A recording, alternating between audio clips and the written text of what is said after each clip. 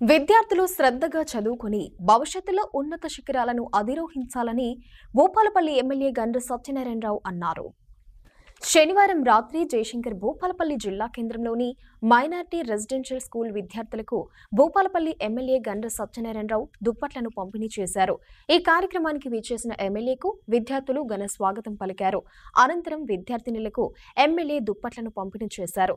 ఈ సందర్భంగా ఎమ్మెల్యే మాట్లాడుతూ ప్రభుత్వం కల్పిస్తున్న అన్ని రకాల సదుపాయాలను విద్యార్థులు సక్రమంగా సద్వినియోగం చేసుకుని ఉన్నత ఉద్యోగాలు పొందాలని సూచించారు. ప్రభుత్వ సంకల్పానికి అనుగుణంగా విద్యార్థులు ఉత్తమ ఫలితాలు సాధించాలన్నారు. ఈ కార్యక్రమంలో కాంగ్రెస్ పార్టీ నాయకులు, ఉపాధ్యాయులు తదితరులు పాల్గొన్నారు.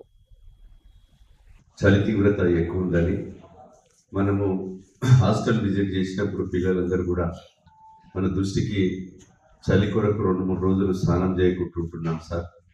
దానివల్ల ఎలర్జీ వస్తుంది, దురద వస్తుంది, మాకు హీట్ వాటర్ కావాలని కోరారు.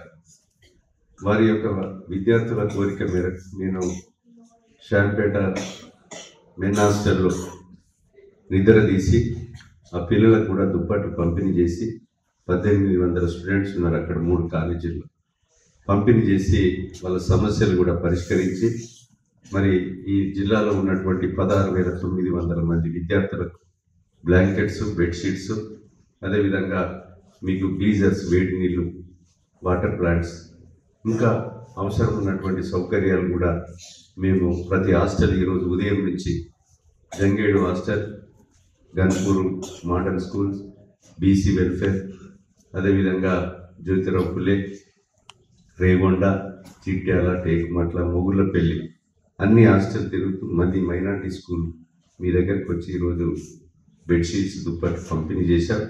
మీకు 7వ తారీఖు రోజున కూడా మీ యొక్క నూతన భవనానికి మీరు మార్చే బిల్డింగ్లో కూడా గీజర్స్,